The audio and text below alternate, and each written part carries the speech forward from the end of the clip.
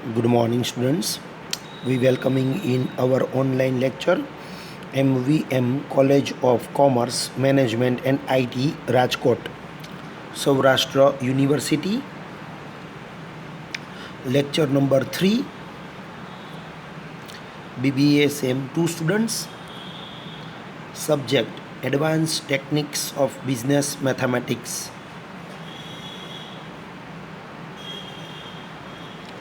Subject code, keep in mind students, 19 BBA 203. Unit number 2, Matrix Algebra. In the previous lecture, we calculate our 3 method: law of addition and subtractions, scalar matrix, and multiplication of 2 matrix. Today, we are start method number 4. Find the value of determinant.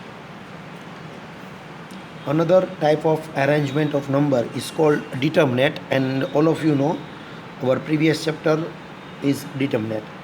In a matrix, the number of rows and number of columns are not necessarily equal, but in the determinant, number of rows and number of columns should be equal. Thus, a determinant is a square arrangement. All of you know the determinant is always a square arrangement of numbers. A matrix cannot have a value, while the value of determinants can be found out. The elements of a determinant are shown within the 2 vertical lines. All of you know we are draw the number of arrange in a row or column in a square 2 by 2 or 3 by 3. It is called for a determinant, and we denote it in the mode formula. It means 2 straight line. The elements of determinant are shown within the 2 vertical lines. Thus, we have seen not types of arrangement of numbers, determinant and matrix. One theory questions here we discuss about the difference between the determinant and matrix also. This is theory question, the difference between determinant and matrix.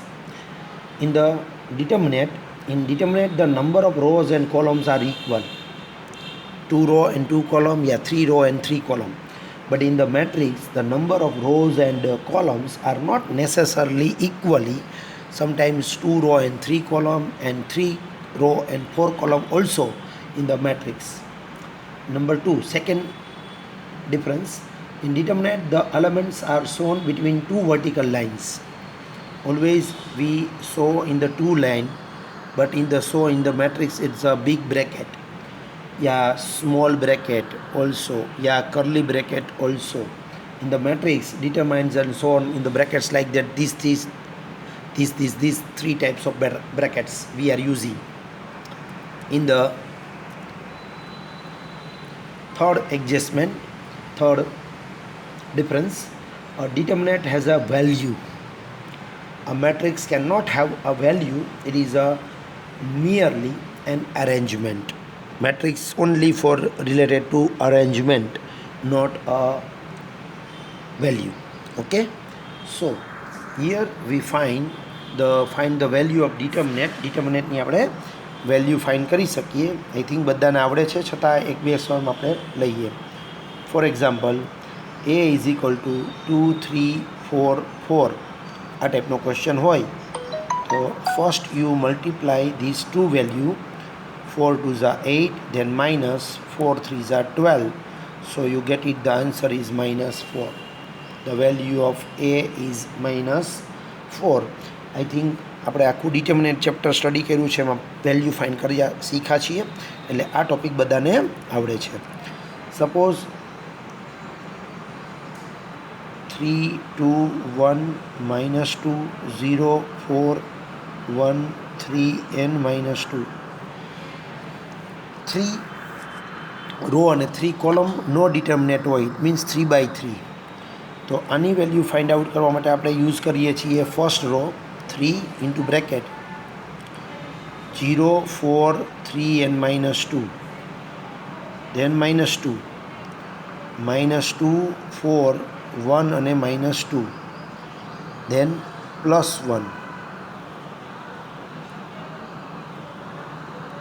-2 0 1 અને 3 જે row અને column હોય એના સિવાયની value આપણે consider કરીએ છીએ all of you know. હવે આનું સોલ્યુશન્સ તમને આવડે છે. 3 into bracket 0 -12 then -2 4 and -4 then +1 -6 -0 3 -12 0 -6 the finally -36 0 and -6 and you get the final answer is -42.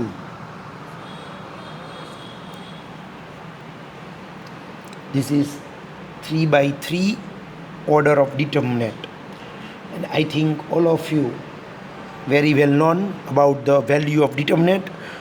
2/2 order and 3/3 order we were study about the chapter number 1, method number 1 and method number 2.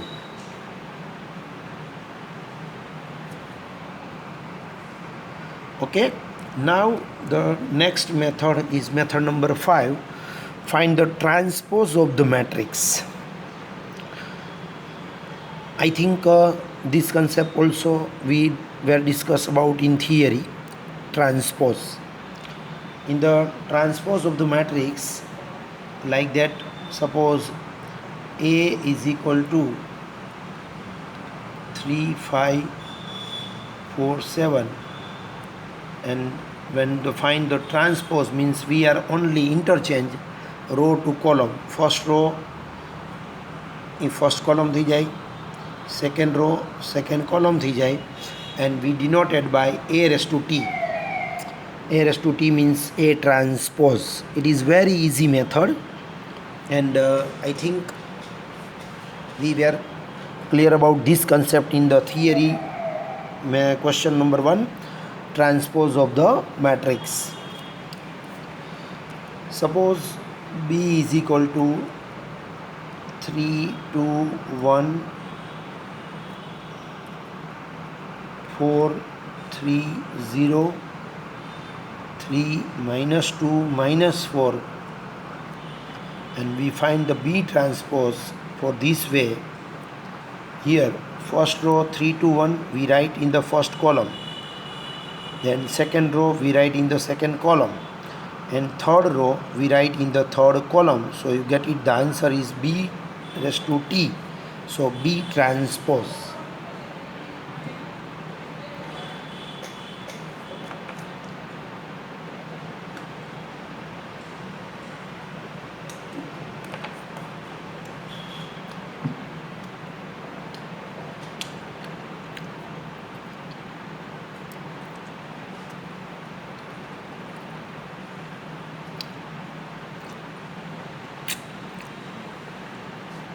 Okay, I think transpose is very easy method. Today's last method is method number 6, adjoint of a square matrix. First of all, we clear about the adjoint of a matrix. Adjoint of a square matrix is the transpose of the matrix of the cofactors of a given matrix. In order to obtain adjoint of a matrix, first of all, in place of each element, write its cofactor, and then take the transpose of the matrix obtained. The adjoint of a square matrix A is denoted by the adjoint A, and 2/2 matrix હોય તો એમાં sign તમારી પ્રમાણે change થશે. તો there are the two different method. Adjoint matrix we write denoted by this way, adjoint A. આપણે આ પ્રમાણેનો answer લખશું, adjoint A. હવે આમાં 2 ટાઈપ્સની મેથડ આવશે. 2/2 નો મેટ્રિક્સ હોઈ શકે અને 3/3 નો પણ મેટ્રિક્સ હોઈ શકે. તો પહેલો ક્વેશ્ચન આપણે જોઈએ છીએ, 2/2 મેટ્રિક્સને કેવી રીતે એડજોઇન્ટ કરી શકાય. 3 4 2 અને 6 અને ક્વેશ્ચનમાં પૂછ્યું છે ફાઇન્ડ એડજોઇન્ટ. આપણને આનું એડજોઇન્ટ ફાઇન્ડ કરવાનું કીધું હોય તો સૌથી પહેલાં આપણો આન્સર આ પ્રમાણે આવશે.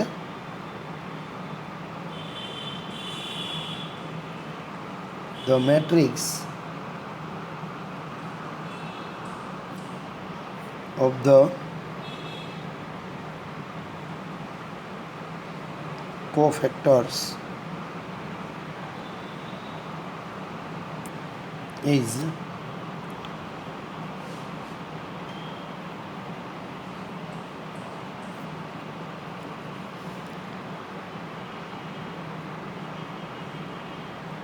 કોફેક્ટર કેવી રીતે લખાય?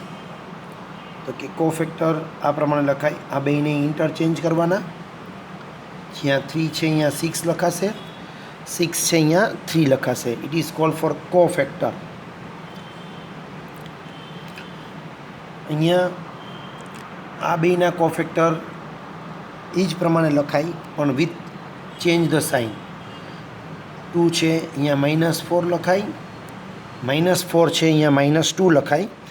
એટલે કે આ બેની સાઇન પણ ચેન્જ કરવાની અને પ્લેસ પણ ચેન્જ કરવાની. જ્યારે ફર્સ્ટ જે લખ્યું એમાં ખાલી પ્લેસ જ ચેન્જ થશે. It is called for cofactor. Now after cofactor we write the sentence taking transpose. એટલે કે જે રો હોય એને કોલમમાં લખવાની અને કોલમ હોય એને રોમાં લખી નાખવાની. એટલે તમારું એડજોઇન્ટ એનો આન્સર મળી જાય. Is it clear? તો તમારી જે ફર્સ્ટ રો છે એને તમે ફર્સ્ટ કોલમમાં લખી નાખો અને સેકન્ડ રો છે એને સેકન્ડ કોલમમાં લખી નાખો એટલે તમને આન્સર મળી જશે. It is called for adjoint A. Another question હું રાખીશ સ્ક્રીન ઉપર. સપોઝ 3 - 4 2 અને 4 આવો ક્વેશ્ચન છે. આનું એડજોઇન્ટ મેળવવું હોય તો ફર્સ્ટ લાઇન તમારે લખવાની the matrix of the cofactor અને પછી એના કોફેક્ટર લખવાના. એમાં આ બેની ખાલી પ્લેસ જ ચેન્જ કરવાની 4 અને 3.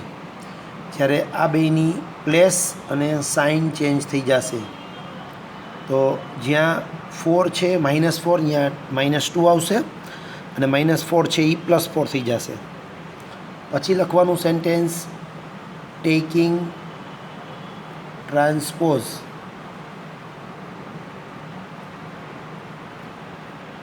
અને એનું જે ટ્રાન્સપોઝ તમે લખો એને કહેવાય adjoint A.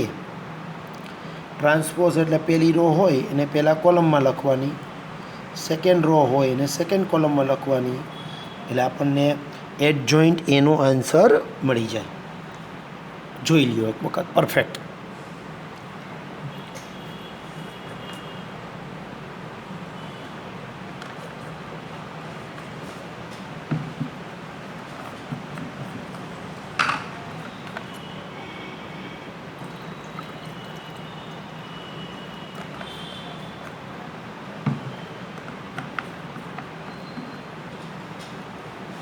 Clear? So it is a 2x2 adjoint. Very important for the 3x3 adjoint. કારણ કે થોડુંક 3x3માં તમારે ધ્યાન રાખવું પડે. સપોઝ આ ક્વેશ્ચન છે 2 3 1 1 2 5 3 4 and 2 અને ક્વેશ્ચન પૂછે find adjoint A. તો સૌથી પહેલું કામ છે કોફેક્ટર. તમારે પહેલાં કોફેક્ટર લખવાના, એ એનું ઇમ્પોર્ટન્ટ કામ છે. હવે કોફેક્ટર આમાં લખવા માટે એક તો બિગ બ્રેકેટ જોશે બીજું તમને સાઇન મેટ્રિક્સ પણ ખબર હોવી જોઈએ, જે આઈ થિંક ખબર જ છે. Plus minus plus, minus plus minus, plus minus અને પ્લસ, આ પ્રમાણે આવશે સાઇન મેટ્રિક્સ. હવે અહીંયા ફર્સ્ટ એલિમેન્ટ માટેની તમારે વેલ્યુ મેળવવાની છે, લાઈક દેટ 2 માટેની. તો આ 2 માટેની એલિમેન્ટ્સની વેલ્યુ મેળવું તો એ જે રો અને કોલમ છે એ ધ્યાનમાં ન લઉં તો એ સિવાયની 4 વેલ્યુ મારે અહીં લખવાની થાય 2 5 4 2, પછી માઇનસ સાઇન.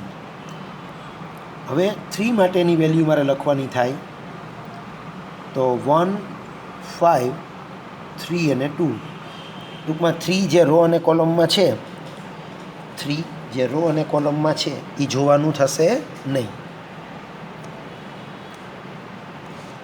દેન 1 માટેની વેલ્યુ લખવાની થાય તો 1 2 3 4, આ પ્રમાણે આવશે. હવે સેકન્ડ રો માટે પણ લખવું પડે. આ 1 માટેની વેલ્યુ મારે લખવી હોય તો એમાં આવશે 3 1 4 2, પછી પ્લસ સાઇન.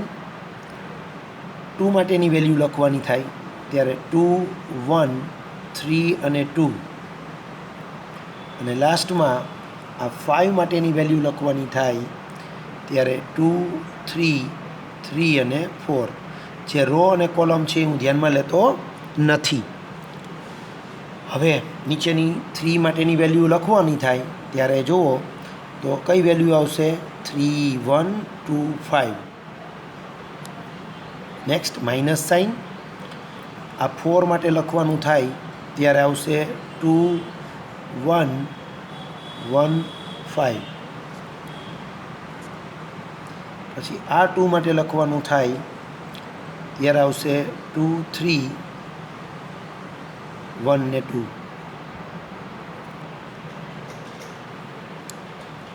તો થોડુંક બ્રેકેટ મોટું કરવાનું. સાઇન બધાને ખ્યાલ છે, plus minus plus, minus plus minus, plus minus plus, આ પ્રમાણે સાઇન તમારી ચાલે છે. એ જ પ્રમાણે તમારે સાઇન લખવાની થાય કમ્પલસરી.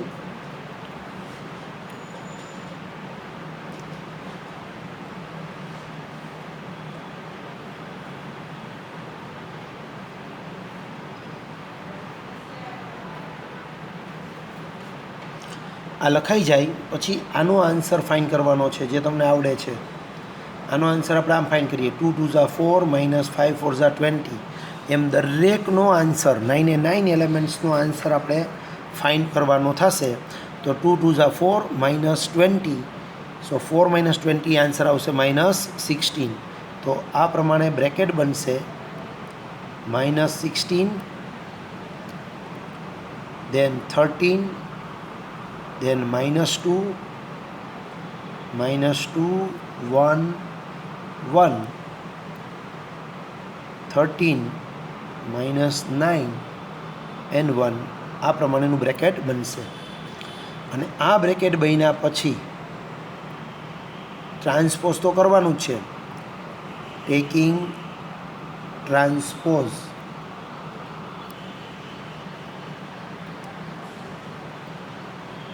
તો adjoint A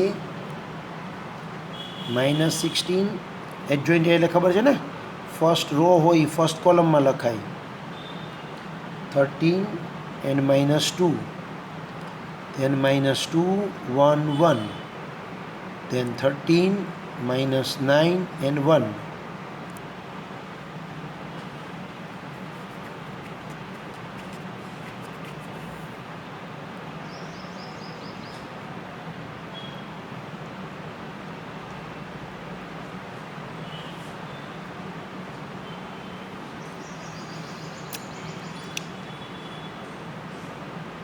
It is called for adjoint A.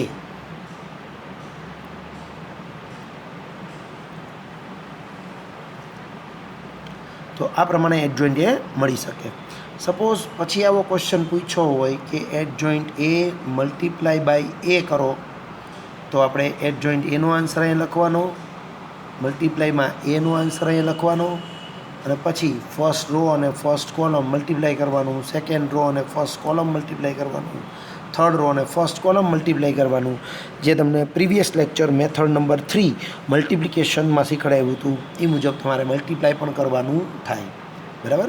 તો ધીસ ઇઝ એડજોઇન્ટ એ. આજના હોમવર્કના સમની અંદર જોઈએ તો ઇલિસ્ટ્રેશન નંબર 13 to 18, ઇલિસ્ટ્રેશન નંબર 13 to 18 તમારે કરવાના છે. અને એક્સરસાઇઝમાં ક્વેશ્ચન નંબર 8, 10, 11, 13, 17, 18, 20, 23, 25, 27, 39 and 52. બરાબર. આટલા ક્વેશ્ચન તમારે એક્સરસાઇઝના હોમવર્કમાં કેલ્ક્યુલેટ કરવાના રહેશે. ડન. તો આ સમની પ્રેક્ટિસ કરી જ લેજો તો તમને મેથડ નંબર 1, 2, 3, 4, 5, 6 એટલે કે 6 એ 6 મેથડ છે એ પરફેક્ટ આવડી જાય. Okay, thank you.